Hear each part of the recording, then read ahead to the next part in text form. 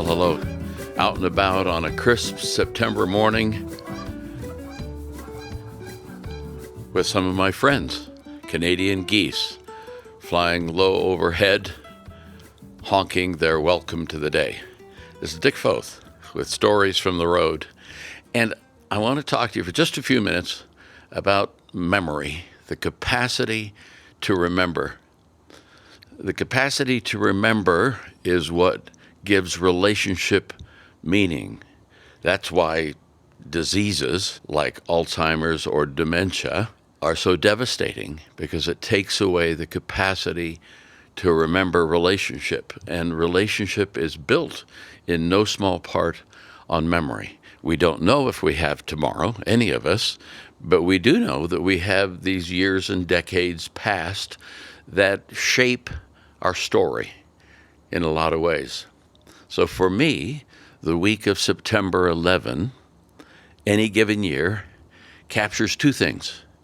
It captures memories, positive memories, and it captures the need to commemorate, which is to honor and remember something that may not be as exciting as those things that originally created memories. And the reason I say memories and commemorations is that this week in September, a lot of years ago, two things happened.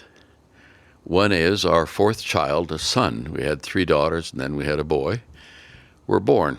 He was born on September 11, some decades ago.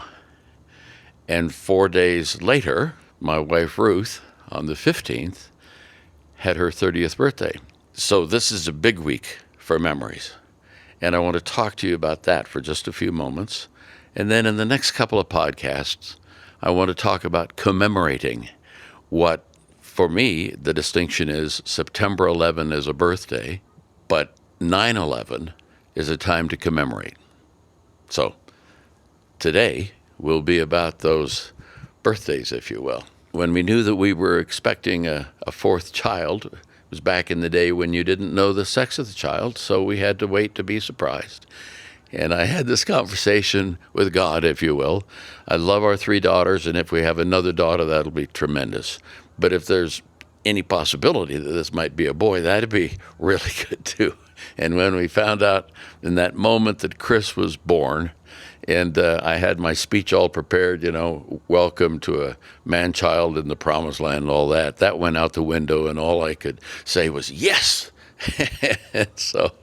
and I've been so grateful for his life. He is now an adult with three adult children. He and his wife, Tracy, they're wonderful parents and all of the things that you hope and pray for.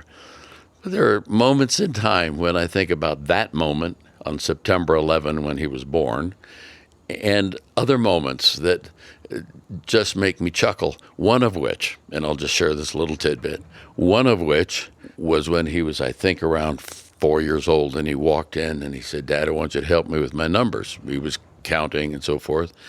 And I said, "Okay, what do you want to do?" He said, "I want to count to 10. I want to add to 10. I said, "Okay." And I said, "What's 2 plus 3? And he spread his hands out in front of him, splayed his fingers, looked at both of his hands and said, 2 plus 3 is 5. I said, "What's 5 plus 2? And he looked at his hands again and said, 7. I said, "What's 7 plus 2? And he looked at his hands and said, 9. Then I said, "What's 10 plus 2? And he looked at his hands once and twice and then looked at me and said, "Well, I don't know that. I'd have to have 12 fingers to tell you that." Sometimes we don't know what we know. Sometimes we're inhibited or restricted by what we think our limits are.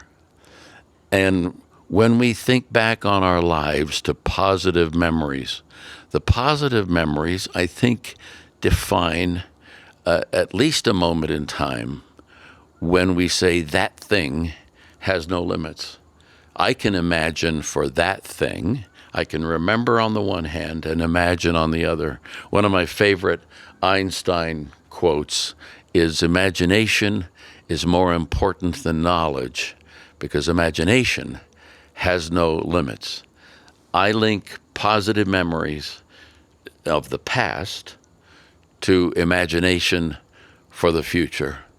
And when Chris was born all those years ago, we could not have imagined the challenges or the joys or the quality things that have happened to and in our lives because he showed up as part of our household. So happy birthday to you, Chris. And to you, Ruth, also a happy birthday. We never we never thought we'd be this old. We say that, we look at each other all the time, say we never thought we'd be this old. And yet the grace of God every day makes whatever point we find in our lives right now not only have possibilities, but to have the joy of looking forward and imagining what might be. So these birthdays, these points of memory, are times when we can pause and reflect and, from my perspective, look at the goodness and the mercy of God. When I read Psalm 23 and come to that closing line where it says, surely, the cousins, if you will, surely goodness and mercy shall follow you all the days of your life when you walk with the Lord. I'm counting on that. I've experienced that, and I leave that thought with you in this September week. When I come back next time, I'm going to have a couple of other times this week when I chat with you about what it means to commemorate something that is not as good as a birthday by a long shot. And we'll be back soon. God bless. Thanks for listening. We'll catch you later. Bye-bye.